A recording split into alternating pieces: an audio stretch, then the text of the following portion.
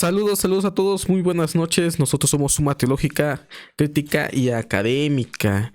Muy buenas noches a todos aquellos que nos acompañan en este pequeño momento, en esa noche teológica, crítica y académica. Vamos a leer un poco con ustedes. Vamos a estar leyendo acerca de el nacimiento virginal de María o el nacimiento virginal de Jesús. En el libro de las tradiciones, su origen y desarrollo navideñas. Y antes que nada, estamos leyendo un poco acerca de la Navidad. ¿Cuándo nació Jesús? Navidad significa nacimiento. ¿Nacimiento de quién? De Jesús. Adelantando un poco lo que he estado leyendo.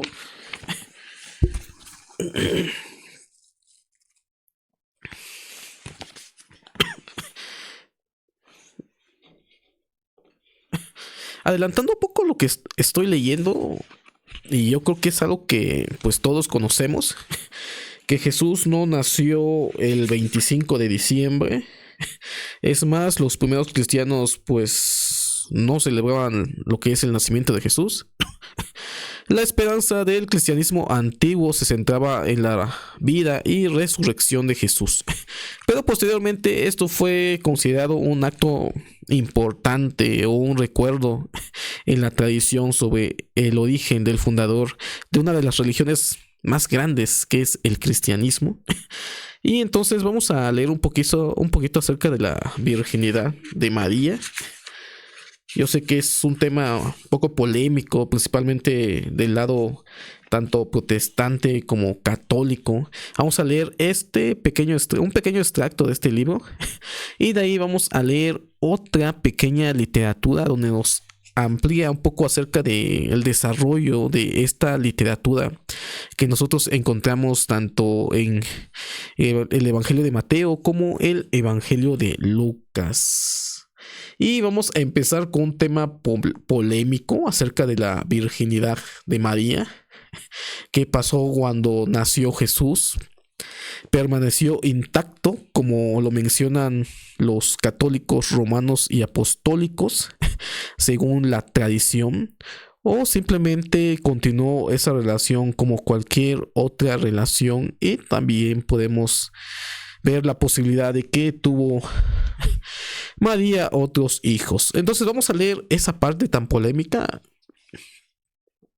y posteriormente vamos a abordar un poquito acerca sobre esta historia en los relatos bíblicos. Dice el texto, estamos leyendo este libro, lo pueden conseguir en Papiro 52. Las tradiciones navideñas, su origen y desarrollo, de Aaron Lara. Hasta donde he estado leyendo, pues realmente es interesante. Nos cuenta la historia acerca del nacimiento de Jesús, el árbol de Navidad, el nacimiento, la flor de Nochebuena, las piñatas, las posadas, los villancicos, las tarjetas navideñas, la temporada de Adviento, Santa Claus, el niño Dios indígena, las pastorelas, los reyes magos en la Biblia, el cuarto rey mago, las rosca de reyes, cómo se encuentra el tiempo, ignología. Entonces, una lectura recomendable para poder conocer el origen de estas prácticas. Entonces vamos a leer esto, y es algo fuerte lo que vamos a leer ahorita, acerca de la virginidad de María. Dice: al nacer Jesús, la virginidad de María fue rota. Es decir, no siguió siendo virgen, solo que de manera inversa al sentido natural. La virginidad de María fue rota de dentro hacia afuera al nacer Jesús y no de manera externa como ocurre durante el acto. Lo censuramos ahí. Tratamos de cambiarle algunas palabras porque puede que nos lo cancele YouTube. Pero aquí habla el autor algo interesante y algo que se ha sostenido en el grupo protestante acerca de que en el nacimiento de Jesús pues fue un acto tanto natural como fisiológico, como todos los nacimientos. Recordemos que fue a la inversa este procedimiento. Dice: la tradición católica insiste en afirmar que María permaneció siempre virgen, lo que es fácilmente rebatible, pues la Biblia nos menciona el nombre de sus hijos y, sin decir sus nombres, también nos señala que tuvo hijas casadas.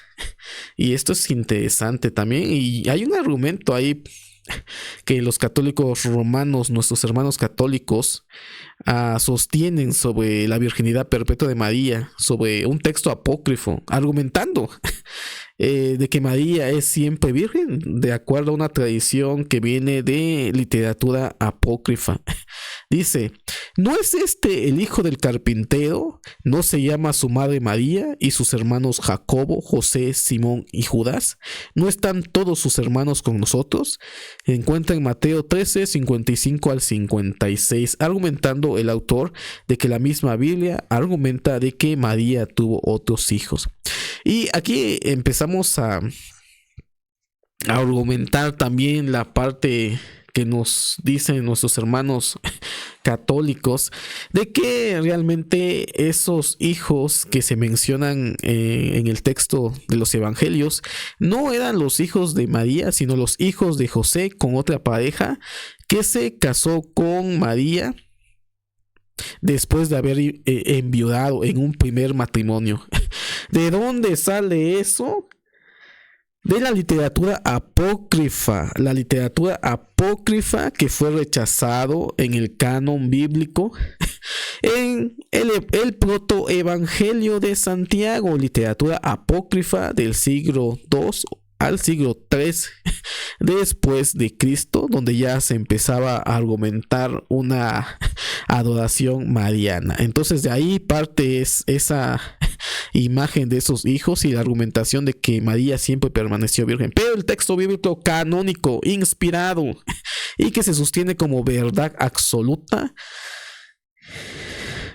nos habla de que María tuvo otros hijos. No nos habla sobre un segundo matrimonio de José. Y aquí hay algo interesante también en esta parte. Lo único que sabemos de José parte de los relatos de la infancia que se encuentran en Mateo y Lucas. Si nosotros quitamos todo eso, realmente no existen muchos datos acerca del personaje histórico de José. Lo que la literatura apócrifa trató de remendar esos huecos argumentales de este personaje en lo que es este protoevangelio de Santiago. Ahí retrata a José. Es más, no tenemos el retrato de José en los evangelios. Lo que nosotros tenemos en nuestra imaginación colectiva, cultural, es un José adulto mayor que se desposó con una muchachita de entre 15 y 17 años.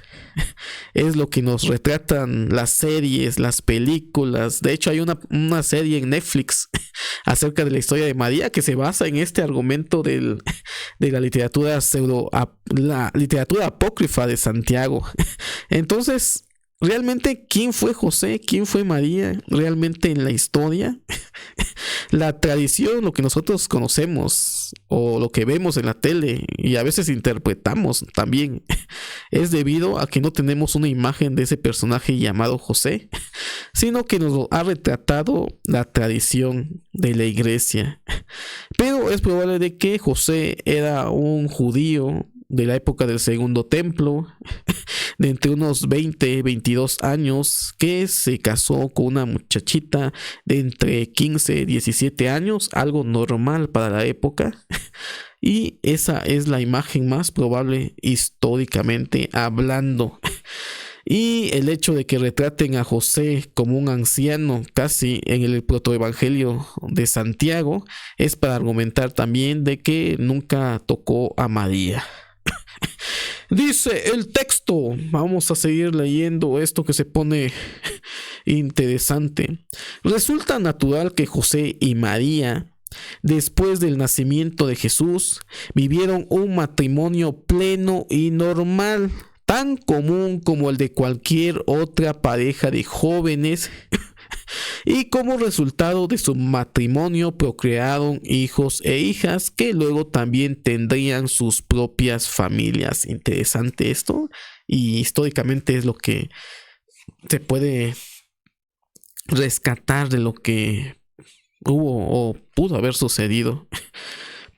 Es solo el empeño de insertar una doctrina no bíblica, como lo es el marianismo, por lo que se ha insistido en un hecho debatible y controversial. María fue una joven escogida, un instrumento de alabanza, pero jamás fue exaltada ni por Jesús, ni por los discípulos, ni la iglesia de los primeros siglos. La Sagrada Escritura menciona a María tan escasamente que es muy sencillo concluir que su papel no fue preponderante, sino que solo cumplió el propósito para el que fue escogida. Como ella misma se definió, la sierva del Señor. Y es interesante este dato acerca de la adoración mariana, que de hecho ya por ahí se argumentaba de que ya no debemos de pronunciar que es corredentora de la salvación. De hecho, esta es una creencia popular, no es doctrina de la Iglesia Católica Romana. Hemos estado checando algunas literaturas en un programa anterior con nuestro amigo Anotaciones de Fe y leímos algunas literaturas donde nos explica de que no es doctrina de la Iglesia, se ha popularizado. Y que ahora en estos tiempos, en estos momentos, siglo XXI, 2025, el papado ya argumentó de que no debemos de pronunciar de esa manera a la imagen de María. Y de hecho aquí nos marca el autor, la sierva del Señor, y no está diciendo que es igual al Señor. Sierva, doulos en griego, que significa principalmente esclava, la esclava del Señor también. Dice, por eso resulta muy ilustrativo examinar en la Escritura cómo cada evento ocurrió en el nacimiento de Cristo cumple una profecía de manera estricta y exacta. Ningún acontecimiento sucedió sin estar predicho, sino de una manera inexorable y perfectamente definida. La principal está en Isaías 7:14, Jeremías, Miqueas, Zacarías. Dice, la propia participación de María y José cumplió... Se congeló. La propia participación de María y José cumplió ese rol al cumplirlo. No buscaron o pretendieron otro que el señalado por el Señor de la historia. Han sido otros intereses los que han buscado otorgarles un papel diferente al que Dios mismo le asignó, por lo que debíamos recordar más a menudo las propias palabras de María conservadas en las Escrituras. Haced todo lo que Jesús os dijere. Interesante. Además de todos estos detalles, resulta interesante que la Biblia no registre la fecha exacta del nacimiento de Jesús. Y todavía más impresionante que la iglesia del primer siglo, que se llamaba apostólica, no celebraba la fecha y hasta pareciera desconocerla. Interesante dato. Además, dice, estos detalles resulta interesante que la Biblia no registre la fecha exacta del nacimiento de Jesús, y todavía más impresionante que la iglesia del primer siglo, que se llamaban apostólica, no celebraba la fecha y hasta pareciera desconocerla. Y esto es lo que hemos argumentado. Yo no tengo ningún problema con la Navidad, yo celebro la Navidad. Más adelante Pablo en sus cartas habla acerca de no condenar a los débiles y a los fuertes. Si tú comes, come, no hay problema si tú eres fuerte. Si tiene algún problema el débil, pues también que no juzgue, dice el texto. Búsquenlo por ahí.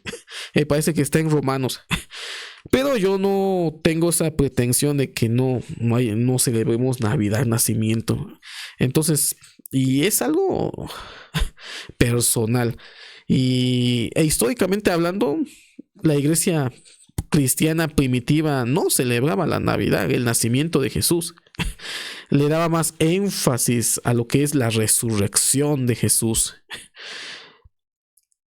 Estamos hablando en el siglo III, siglo IV, cuando ya se establece ya la iglesia cristiana como la iglesia del imperio romano. Es cuando ya los cristianos ya empiezan a desarrollar la creencia y el dogma de celebrar el nacimiento de Jesús. Y de hecho ni siquiera es como lo celebran hoy en día. Era un poco más espiritual. Y bueno, es parte de la historia.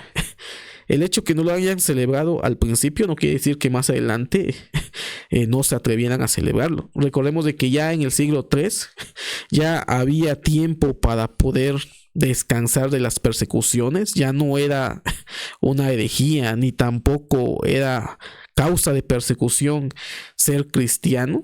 Ya era aceptado por el imperio y por lo tanto ya hubo un tiempo de reflexión teológica y empezaron a voltear para poder desarrollar algunas celebraciones en el cristianismo. Pero sí, resulta interesante. La iglesia no tiene la fecha exacta del nacimiento de Jesús. Es más, parece ser que no le importaba el nacimiento de Jesús, y eso es algo real. En el siglo I no les interesaba nada, o no les interesaba en ese momento el nacimiento de este personaje, sino expandir la palabra por medio de la predicación. Y el mensaje central era la resurrección de Jesús. Dice: en esa época de persecuciones que duraría hasta el siglo III, los cristianos dejaron huellas arqueológicas y registros escritos de sus sufrimientos y costumbres, y no existe ningún documento o hallazgo que describa algún tipo de celebración por el nacimiento de Cristo, pero sí lo hay por su muerte, resurrección y de su segunda venida. Por cierto, en esta se ocupaban sabiendo que era inminente, y así se mantuvieron despreocupados por la fecha del nacimiento de Jesús. No era dogma, no era doctrina celebrar el nacimiento. Habían cosas más importantes en esos momentos: ser perseguidos, sobrevivir de esa persecución. Y vamos a leer, dice: la Iglesia Apostólica Armenia durante el siglo III y parte del IV celebraba con gran parte de la cristiandad el nacimiento de Jesús el 5 de enero. Hasta la fecha esta iglesia lo sigue haciendo así. Interesante dato. Entonces ahí vemos un desarrollo teológico, y es algo correcto. No hay que condenar esas festividades. El hecho que no lo celebraban antes no quiere decir que después, cuando ya tuvieron tiempo de reflexionar y celebrar el cristianismo, el nacimiento de Jesús, pues no tiene nada de malo. Es parte del desarrollo dogmático de la religión cristiana. Entonces celebraban los cristianos en el siglo III al siglo IV el nacimiento de Jesús el 5 de enero, dice, pero es hasta el año 354 cuando Liberio, obispo de Roma, aún no era conocido como papa, sino igual entre sus pares obispos, ordenó y publicó en el calendario de Philocalus, manuscrito romano ilustrado del siglo IV, que el 25 de diciembre se celebrara como el día del nacimiento de Cristo. Entonces ya tenemos siglo IV, alguien que ya lo está celebrando. Dice: sin embargo, esta fue una decisión muy discutida y polémica, que no fue respetada ni acatada por toda la cristiandad. En primer lugar, porque, como ya se mencionó, Liberio era un obispo más y no tenía autoridad sobre el resto de sus colegas, ni sus opiniones tenían mayor rango. Por otra parte, todos estaban conscientes que no era la fecha real del nacimiento de Jesús, y que había de trasfondo una festividad pagana que se buscaba comenzar a disipar con esa decisión de muy discutible honorabilidad. Bueno, tenían que hacer algo para que todo el imperio celebrara el nacimiento de Jesús, y suplantarla con algunas fiestas paganas, pues son prácticas que aún hoy en día se hace. Dice: más tarde, en el año 440, el Papa León Magno estableció esa fecha para toda la Iglesia occidental en el año 506 en el Concilio de Acne. Entonces, y en pleno dominio papal romano, se decretó a la Iglesia Universal la conmemoración del 25 de diciembre como obligatorio y para siempre. Y ya en el 529 el emperador Justiniano declara esa fecha una festividad oficial del imperio. Y recordemos de que no existían los protestantes en esa época, no existían las diferentes denominaciones que existen hoy.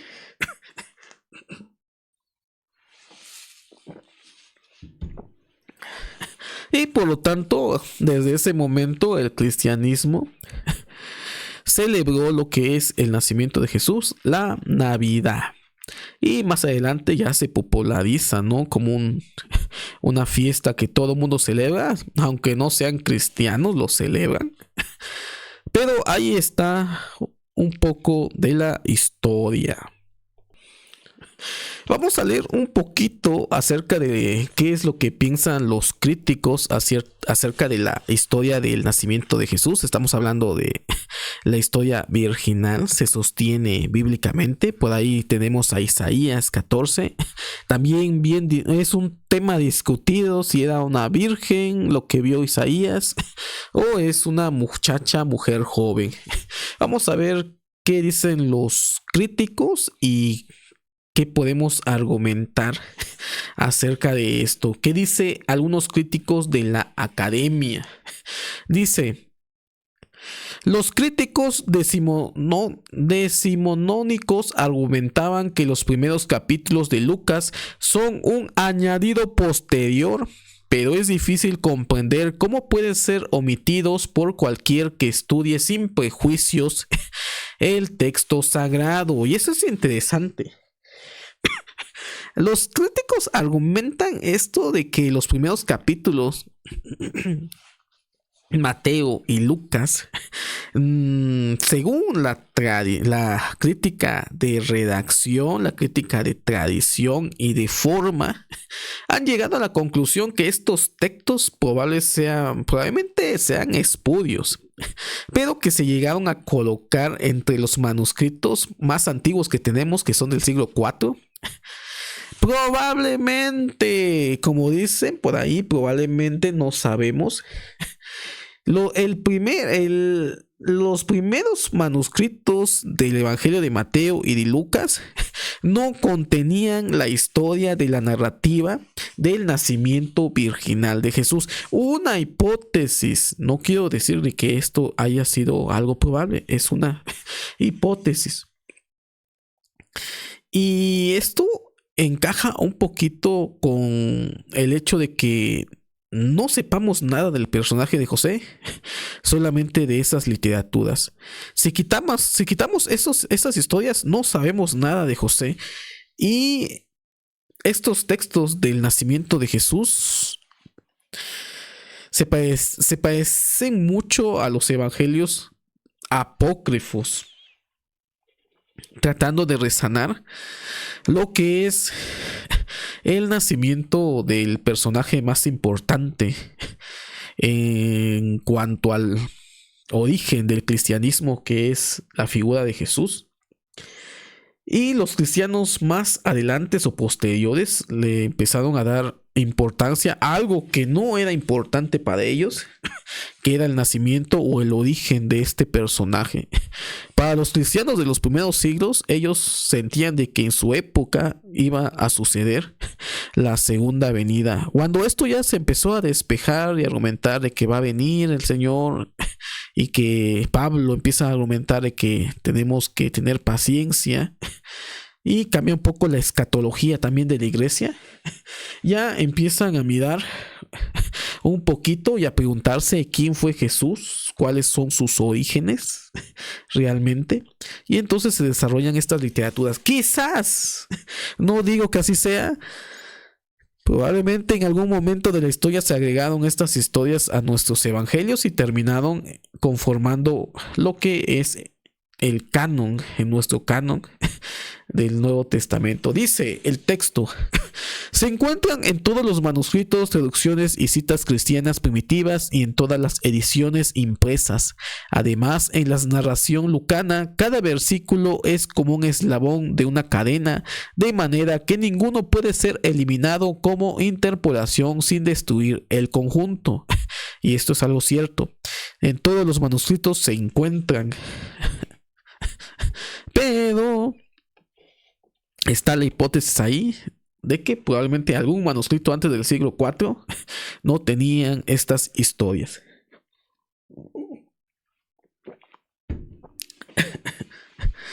Dice: los críticos que se oponen a la realidad histórica del nacimiento virginal argumentan que o bien los evangelistas o bien los las interpolaciones de los evangelios tomaron su material de una tradición cristiana primitiva de carácter mitológica. Algunos autores recurren a la mitología pagana para explicar la tradición cristiana referente al nacimiento virginal de Jesús, razonando que los primeros gentiles cristianos deben haber atribuido a Cristo lo que sus antepasados paganos habían atribuido a sus héroes. De ahí que la filiación divina de Cristo sea un producto del pensamiento religioso de los cristianos no judíos. Interesante dato. Esta es otra posibilidad plausible de los críticos, y ya habla acerca de la hipótesis de que estos textos pudieron haberse agregados en algún momento de la historia.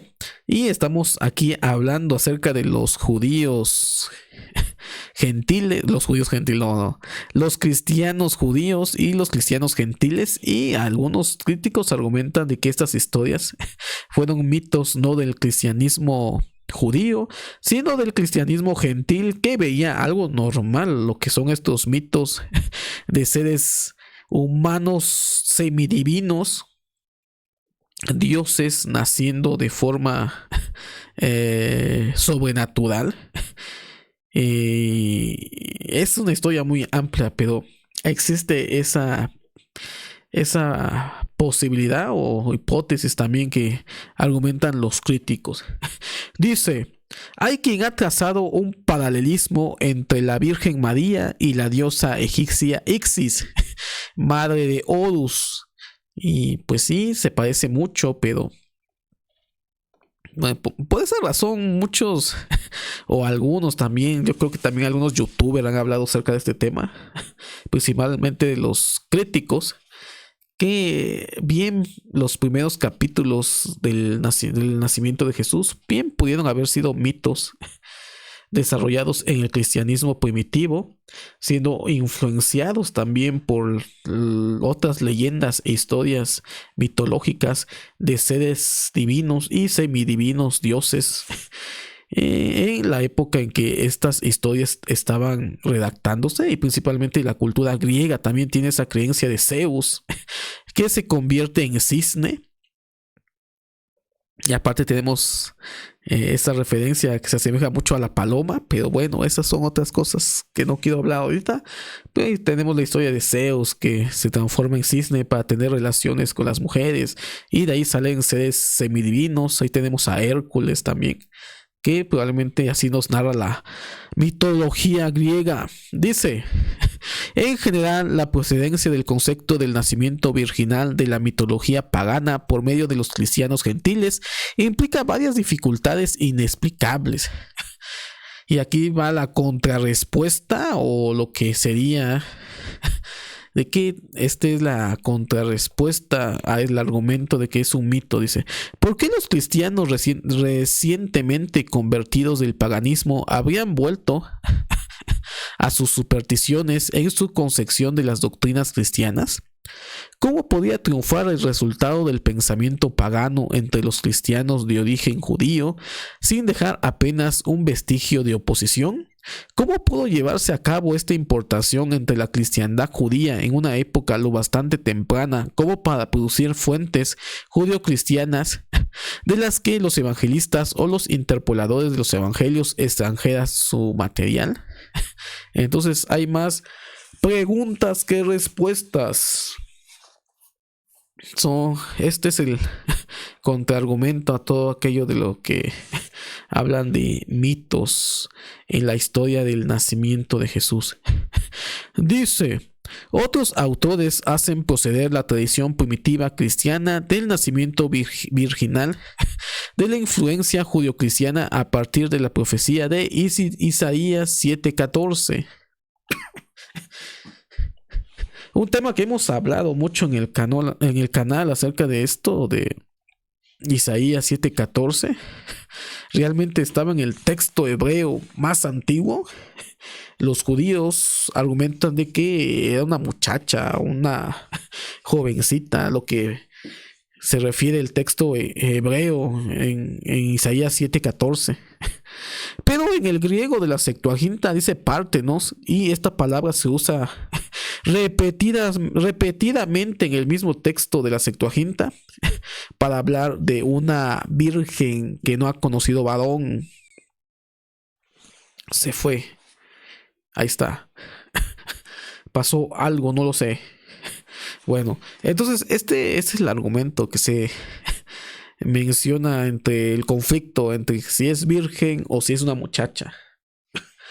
Pero hemos discutido mucho este tema y es probable de que sí decía virgen, en el sentido de que ¿qué señal? Cuando se menciona señal en el mismo texto, no quiere decir algo normal, sino algo extraordinario. Y ahora la pregunta es: ¿qué extraordinario tiene de que una muchacha después de tener relaciones embarace y tenga un hijo? No tiene sentido. Justino Mártir aplica mucho este argumento y pues en parte tiene razón en cuanto a esto. No tiene nada de sorprendente a ver a una mujer normal tener un hijo. Pero si consideramos que sí, parte del texto que es una virgen, pues eso sí es una señal extraordinaria. De hecho, señal, un término que le gusta mucho a Juan en su evangelio, señal, para hablar acerca de los milagros. Vamos a leer. Una tercera teoría argumenta que la idea del nacimiento virginal es pagana, totalmente extraña a la concepción judía de Dios, pero admite que no podía haber triunfado entre los primeros judio-cristianos. De ahí que se crea que se habría introducido entre los judíos en la época precristiana, de forma que el judaísmo que afluía directamente en la primitiva cristiandad había recibido una cierta cantidad de sincretismo. Esto es otra teoría, que probablemente el judaísmo precristiano era sincretista, pero realmente no había un judaísmo en la época del Segundo Templo. Había múltiples formas de interpretar lo que sería llamado judaísmo, y recordemos de que en la época del Segundo Templo hubo mucho la mezcla de la ideología o la helenización de la cultura griega entre el pensamiento judío, y por lo tanto pues pudo haber ocurrido ahí, eso lo que dice el texto, un sincretismo religioso de la creencia de nacimientos virginales que existen en la mitología griega, acerca de los dioses también que puedan tener algo que ver con las mujeres humanas. Y al final este texto dice: ninguno de los sostenedores de estas teorías presentan pruebas históricas algunas de su afirmación. La biografía R. Brown, El nacimiento del Mesías, comentarios a los relatos de la infancia cristiandad, nacimiento virginal. También tenemos La cueva, la persona y obra de Jesús, el nacimiento virginal de Cristo en el diccionario Becker, Jesús hijo de mujer, de Martínez Roca, Barcelona, 1993. Entonces aquí está la bibliografía de este artículo, que parte algo interesante en cuanto a sostener acerca de la virginidad. la doctrina de la virginidad de María, las teorías o la hipótesis, la crítica en cuanto a esta creencia. Ya estamos por terminar el año. Queríamos leer con ustedes un poquito acerca de el nacimiento de Jesús virginal. Sacamos información de las tradiciones, origen, desarrollo navideñas de Aarón Lara Sánchez. Y pues esto es un poco de lectura ya para finalizar este año 2025, que ya estamos ya finalizando. Y pues hay mucho esto de volver a hablar un poco acerca del nacimiento de Jesús y sus implicaciones con la festividad en la que estamos, la Navidad. ¿Ustedes qué opinan? ¿Influye algo que yo celebre la Navidad? Yo realmente pues yo no le veo sentido de afirmar o demonizar una fiesta en el cual también se puede aprovechar para predicar el evangelio a las personas que no conocen el evangelio de Jesús, acerca de la historia de este gran hombre que cambió lo que es no solamente la historia, sino también la humanidad misma. Y tal vez tu propia historia lo pudo haber cambiado en algún momento. Entonces, esto ha sido una noche de lectura, ha sido corta. Y nos vemos en otra ocasión. Muchas gracias, saludos, gracias a los suscriptores, gracias a los socios del canal que hacen posible este pequeño espacio. Y muchas gracias a todos los que nos han apoyado en este 2025. Fue un año de bajas y altas en el canal. Los que están muy al pendiente del canal saben lo que ocurrió a mitad del año. Saben acerca de cómo el canal dejó de funcionar casi a la mitad del año del 2025 por cuestiones personales, laborales, y también algunas inquietudes ahí que surgieron hacia mi persona en cuanto a algunos programas que hemos hecho. Pero realmente todo esto es para divulgar también la parte académica, la parte teológica, la parte crítica, para que también puedan conocer también los argumentos y contraargumentos de las diferentes posturas interpretativas de lo que es la Biblia, tanto la Biblia hebrea como la Biblia griega, que es el Nuevo Testamento. Este año realmente fue algo muy impactante el retomar este proyecto. Íbamos a acabar con este proyecto en este año, pero la providencia, la iluminación o el Señor mismo nos levantó y nos puso en este camino, en este que también es un ministerio, como dicen mis amigos ahí en el canal de Twitter, creo que es así, o el Telegram. Me parece que sí es Telegram.